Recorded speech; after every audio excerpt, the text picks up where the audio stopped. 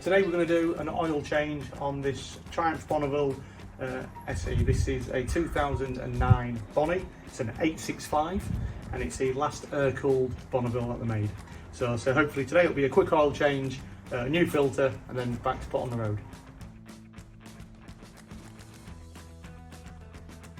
I'll be using a 13mm socket. I put an extension bar just so I can get to the front, because unlike a lot of bikes, this sump plug's not on the bottom, it's on the side of the engine casing, so I've got to reach through the pipes. I'll also be potentially using this little extraction tool to take the filter off, so I can get a grip on the filter if I can't do it by my hands. We shall see. And then I will be replacing the filter. The last thing I will be using is just a tin to collect the old oil, which of course we'll then send off for recycling.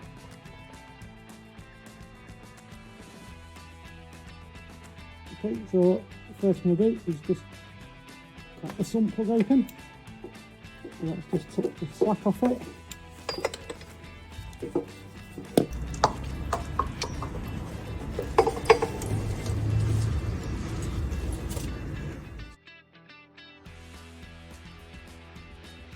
I'm just unscrewing the filter, so we'll let the oil come out of that.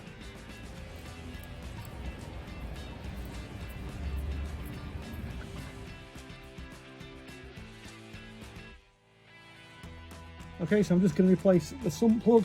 So you can put a fresh washer each time you replace. I don't always do that, because to be honest, I don't have many problems with them leaking. So I'll just put it hand tight, and then I will torque it to the required setting. Okay, so what I'm going to do now is start to put the oil in the bike. I always use the Elf brand, and I use the Motor Road. It's 1040, so I always have good results using this oil. What I'll do, I'll put some in the filter just to get the filter up as high as I can, and I'll put the filter onto the bike, and once I've done that, I will start filling the engine with this oil.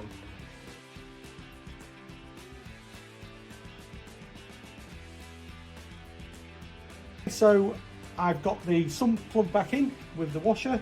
All I need to do now is put the filter back onto the bike.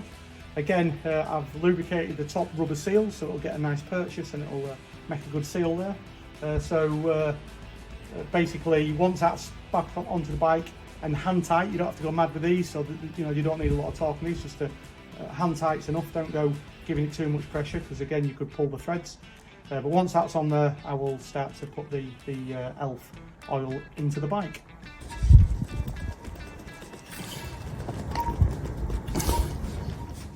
Just hand tight, that should do.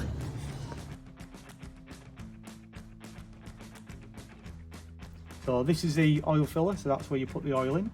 There's a sight gauge here, so I need to get it up onto that sight gauge so I can see that the bike's full of the oil. Of course, because the bike's in its side stand, when I get towards putting the last bits in, I'll put that bike up on its front, so I'll centre that bike up so I can just check that it's at the right level. So you can use a penny washer to get into these. So hopefully that'll, there we go. Just to open the cap. So now I will start to put the Elf oil into the engine. You can see these come with a good nozzle for pouring, so it makes it much easier to get the product into the engine casing without having too many spills. So yeah, we'll make a start.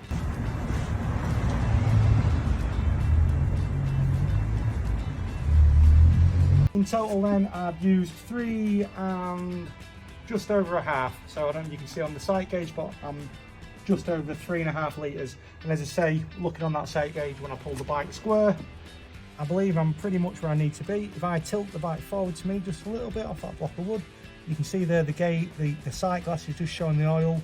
So that's about square now. That bike's up straight, and you can see I'm at the top of the sight gauge. Okay, so as I say, it should be ready to run. So obviously I'm not going to thrash it because I want the oil to get a chance to get around the engine, but we'll just start her up. Then that should be lubricating the engine now and good for another year.